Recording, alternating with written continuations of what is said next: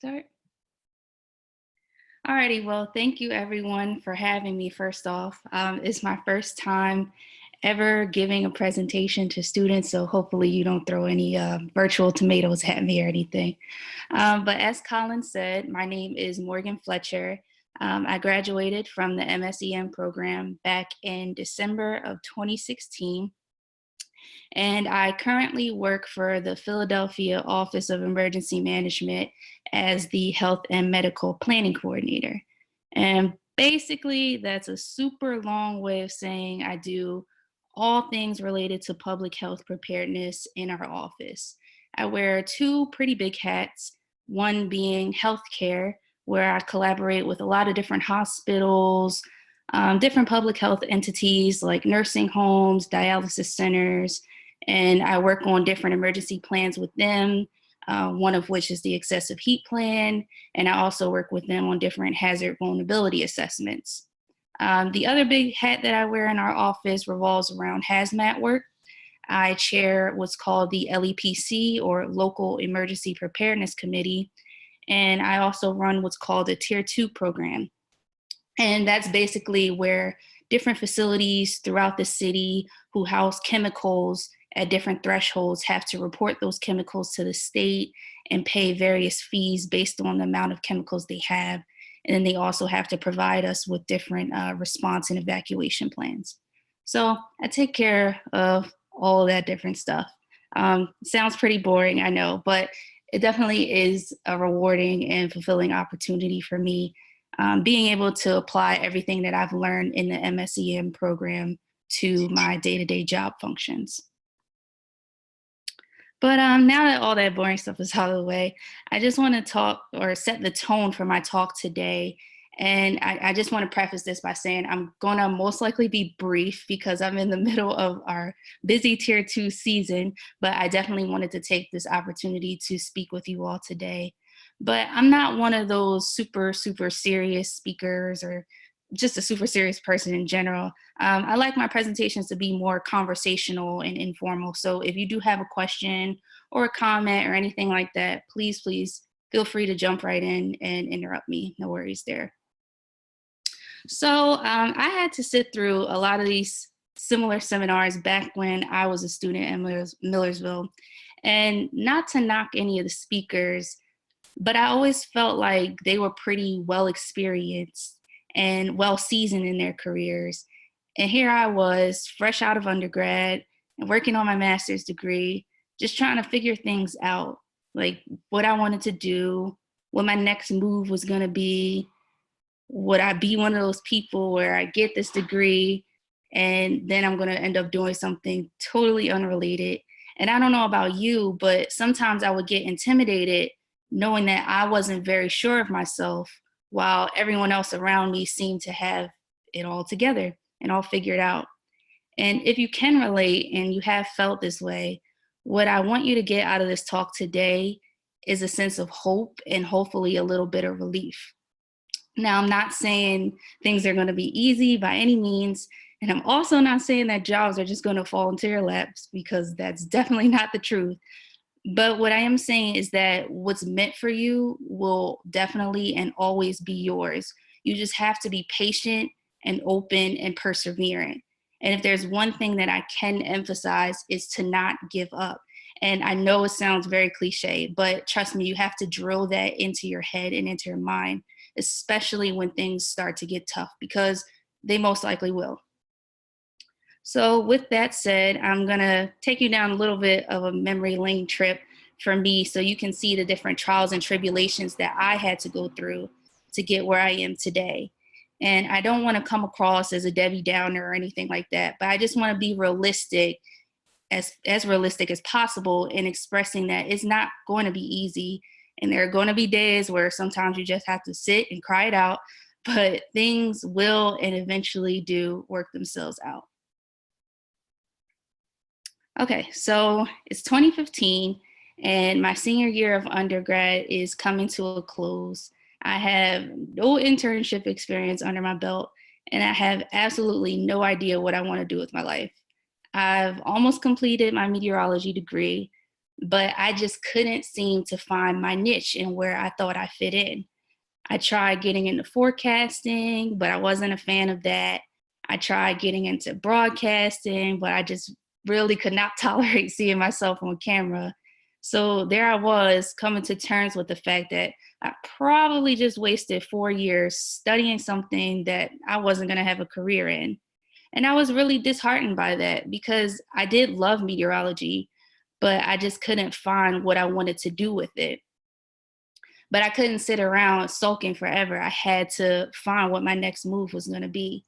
So I went to a few conferences and started to network with others just to see what opportunities were out there. I attended a few MU seminars and then started to hear things about the CDRE and emergency management, specifically its connections to meteorology and natural hazards. And it was kind of in that moment where I had a eureka moment, so to speak, where I finally found a place where I thought I could fit in. I always consider myself a planned person. I loved writing and I loved solving problems. So emergency management seemed like the place where I could apply all those skills as well as the skills that I learned in meteorology. So I applied for the MSEM program and I was accepted and then started the summer right after undergrad. So things in 2016 were going really well for me. I enjoyed my coursework. Yes, that includes even all the papers that I had to write for Dr. H. I enjoy being able to interact with my classmates who were from so many different walks of life and different professions. But I also enjoy being able to learn on my own independently. But then that summer came around and I still had no internship experience. I was almost finished my graduate school career and I had to find something to meet that last capstone requirement that we have to fulfill. So I applied for several different internships, including at my current place of employment, but I kept being met with rejection. So here I am, I'm almost finished yet another degree, but I have no experience to show for it. So once again, I gave myself a little bit of time to sulk, but I had to keep pushing forward. So I started researching every little facet of emergency management, trying to find any possible opportunity and any opportunity to find my niche.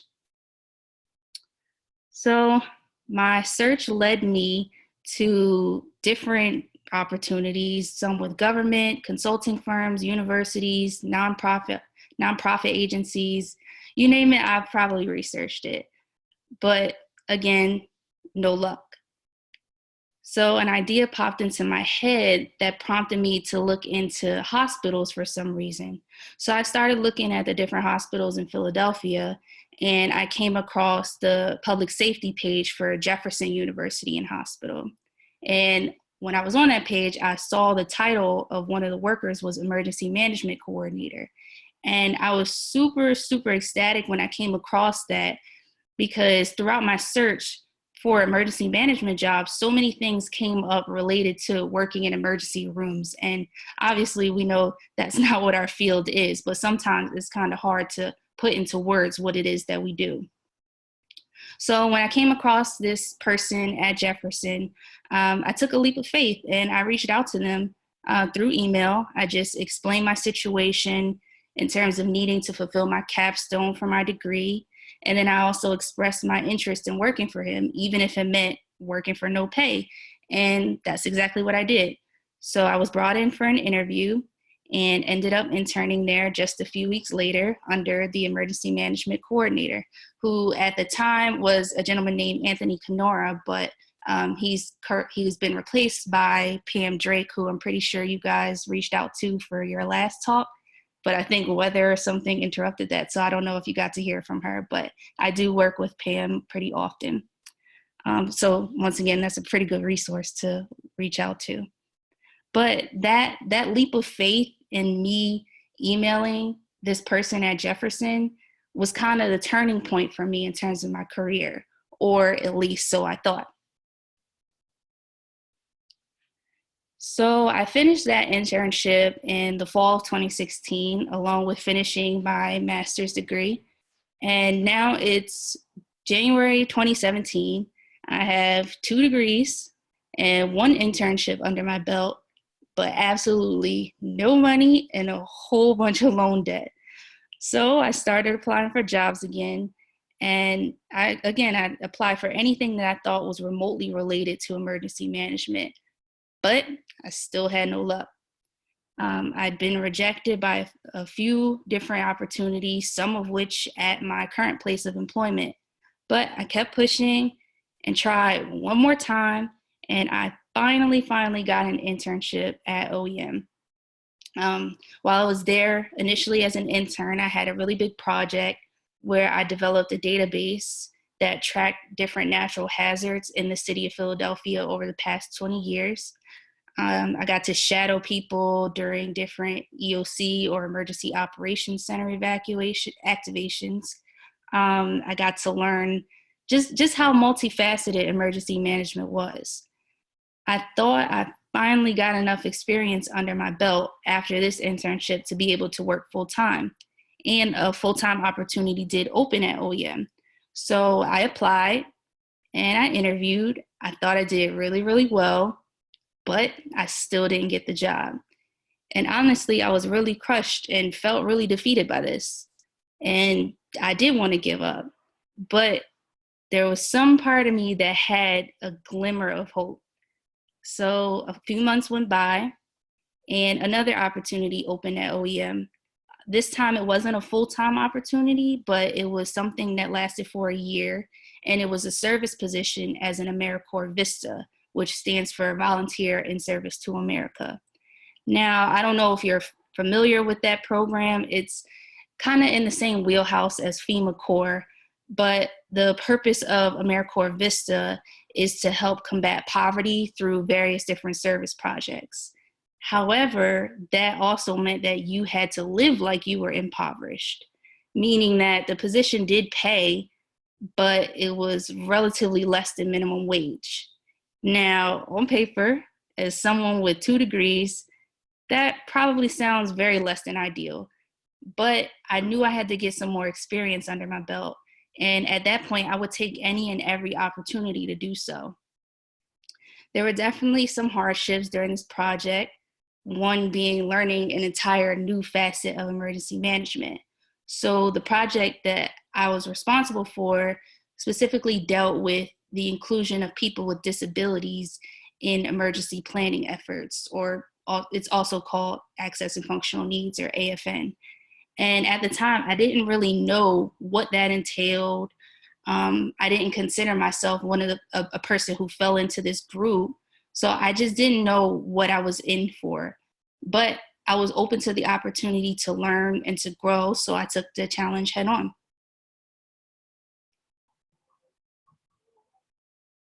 So that position lasted for a year. And in the back of my mind, I knew it was just temporary and it wasn't going to help me pay off my loan debt. And I didn't know what I was going to do afterwards.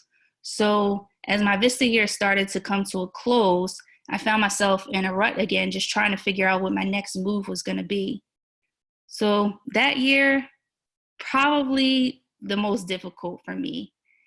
And mainly because I felt I had 2 degrees, I had 2 internships now, and a full year's worth of experience. But here I was again getting rejected for every single position I applied for. And I really started to internalize that and sort of ask myself just different questions like, what am I doing wrong? Why am I not good enough for these positions? What do others have that I don't have? Just very negative. And I came so close to giving up at that point. But again, I kept on pushing and just kept reminding myself that something is going to happen. Something is going to happen. So spring of that year, another full-time opportunity came around at OEM. And I went out on a limb once again and I applied, even though it was completely different from the work that I had done there thus far. And I was honestly petrified going into that interview. I had thoughts of rejection, inadequacy, anything negative you could think of was running through my mind. But I kept going and I ended up landing a job this time. and started there in July of 2018. And here I am today. And as I said in the beginning, it's the most fulfilling and rewarding opportunity I've ever had. And I've been able to just learn so much and to collaborate with so many awesome people, not just in the city of Philadelphia, but regionally and statewide. And it's been such a meaningful experience for me because it did take me a while to get to this point. So now that I am here, and I guess you could consider me successful, it helped me to reflect on the challenges that I went through to get to this point. And it makes you feel better about yourself when you know that you really worked hard and you fought adversity to get to where you are. And being in this job has given me the opportunity to do so much that I never would have thought of before. Perhaps the most fulfilling opportunity I've had has been working with people who were displaced from Hurricane Maria back in 2017, because a lot of people from Puerto Rico came up to Philadelphia to seek refuge. So getting to interact with them one-on-one, to hear their stories, to be able to offer them some resources while they try to basically start a new life, it was so humbling, because you kind of take for granted why you went into this field, or you take for granted the things that you have too, until you have these interactions with others, especially in their time of need and at possibly the worst time of their lives. Another big initiative that I've been able to be a part of is called the Philadelphia Resilience Project. And that's basically a year-long, well, it's been going on for about 6 months now, but a year-long mission to help combat the opioid crisis here in Philadelphia. And that's not something you typically associate with emergency management, but being able to be in this position, I've been able to open my mind to so many different facets that I never would have considered before. And on that note, I never would have thought that I'd go from meteorology to emergency management to disability advocacy, and now working in emergency management, but specifically with a public health focus. It just goes to show you how important it is to stay open-minded and to stay persistent. You really never know what opportunities are out there if you limit yourself. And in every interview I've had, people always ask me, well, how come you didn't stick with meteorology? And my answer is always the same. I always say, I just couldn't find my niche. I couldn't find my niche. I didn't know what I wanted to do with it. And now, having gained such a broad array of experience, I realized that my niche is everything. I don't have to necessarily confine myself to one field of study when I can be the jack of all trades. But I never would have realized that had I given up when things started to get tough. And I know, hearing me speak, it may seem like I have everything lined up and everything just worked out back to back to back. But in reality, it was truly a long, drawn out process. And as you all know, you have to trust the process. So you just have to keep pressing on. And sometimes you're going to have to step outside your comfort zone and put yourself out there to others. Sometimes you're going to have to take that unpaid opportunity. And sometimes you're probably going to get rejected, even if you seem like you're the best candidate for the job. But one thing that remains constant, again, you cannot give up. You have to keep pushing. You have to keep going. You have to stay patient, because eventually things will turn out right. You have to stay open, because you never know what opportunities exist out there. And you have to stay persevering, because you may just find out, like me, that your niche can be any and everything. And yeah, that's all I have for you guys. I know it was super, super short. I apologize for that. But if you have any questions or anything, here's the time to ask me.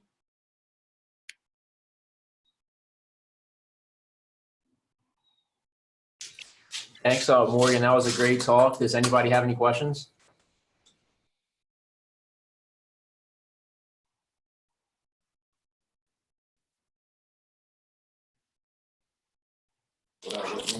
Hey there, this is Amber. Sorry, there's a little bit of background noise. We're getting some cert money right now from people. But So thank you so much for your talk, Morgan. It was awesome, very motivational. And I know personally I learned a lot just listening to you, because I know with the similar background, starting with meteorology, I'm similar where there's some things I'm interested in with meteorology, but I'm not really sure exactly what I want to do with it. And now that I'm into emergency management, there's even more options, and it's a little bit stressful and confusing right now. So that's really cool to hear, again, your talk. And I have a few questions. So my questions are based off of the two internships you had at Thomas Jefferson and Philly OEM. What was it like to do an active shooter drill? And then with the tips for business continuity planning, I'm not too familiar with business continuity planning other than what I've heard in our EM planning course. So if you could explain what that's like a little bit more. And finally, I'm very much interested in hazard mitigation. And I know you said that you helped put a database together. And I was kind of curious on what are some of the things that goes into making a hazard mitigation database. So I know that's a lot of questions, but if you can give a few answers, that'd be great. Yeah, sure. Hopefully I can answer them all for you. So I'll start with the first question about internships at Jefferson and Philly OEM. So what was the part you asked about those besides business continuity? Yeah, just curious, like, what is business continuity planning, basically? Okay, so for us, I'll talk about it in a sense of where I'm at now at OEM. So business continuity for us is kind of like worried about our internal structure, and if something were to happen where we can no longer conduct business at our facility that we're at, how are we going to continue those operations? So you may also hear it called COOP, or continuity of operations. So we discuss what it would be like just to basically leave shop and open up shop somewhere else if anything were to happen. A lot of that revolves around our electronic systems, being able to remote in, for example. We have new systems available where we're able to remote in from work, either at home or somewhere different.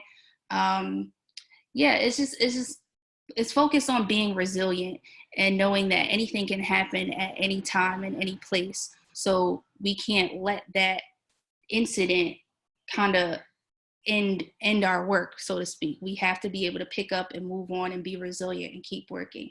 So the business continuity aspects that I did for Jefferson, it was more so just research and how other healthcare facilities would basically close shop and open up shop if something were to happen.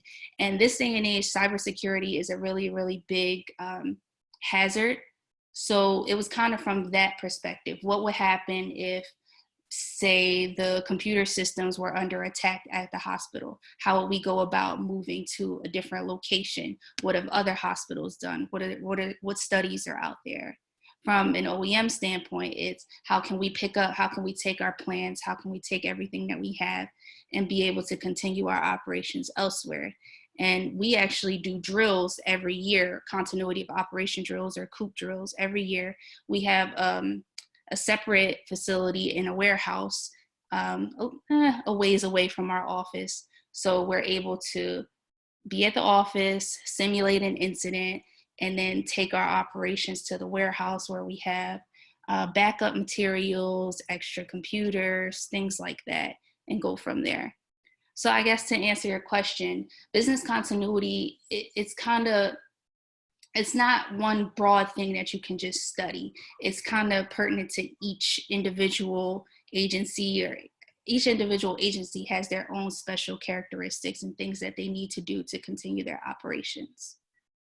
So hopefully. Okay, yeah, that makes a lot of sense. And then Yeah. the other question I had about Thomas Jefferson was just in general, what is it like participating in an active shooter drill for someone who hasn't done it? Okay, so the active shooter drill, my role in that was to basically be an evaluator. So I don't know how familiar you guys are with Jefferson Hospital, but there's several different buildings on the campus, and a lot of buildings have multiple floors. So the day we did a drill in one of the campus buildings, I was on a team. We had, I believe, 5 or 6 people, and we each took a different floor. And what we did was we went on the PA system. We announced there's an active shooter in the building, but obviously we made it known beforehand that it was just a drill. So we announced that there's an active shooter in the building and for people to take necessary precautions. And then we would give them a little bit of time to start preparing, because in the hospital, there's a lot of labs. The building that we were at was more so a laboratory type of building, not necessarily floors with patients or anything. So we will let the people, give them a little bit of time to prepare, and then we each took a different floor and just walked around and evaluated to see if people were following the correct procedures. So we would check the doors just to see if they were locked. We would make sure lights were off. People weren't visible in the hallways. They were sheltering in place and hiding, things like that. And then after the drill was over, we would all meet and conduct what's called a hot wash and just discuss what we observed, things that need to be improved. And then from there, we make what's called an after action review. And in that review, we just talk about the improvements going forward and the corrective actions that need to be taken. And then do you do that after action report the same day that you do the actual drill, or is this a multi-day process?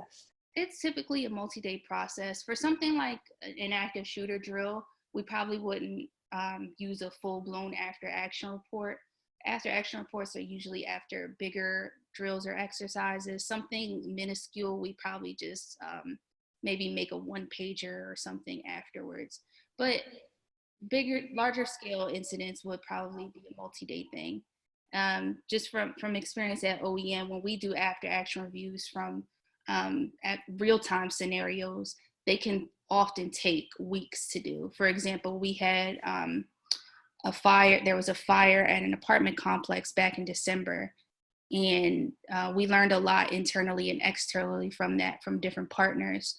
So we're still working on the after action review for that, because it's going through draft processes and things like that. So it all depends on the scope of the incident.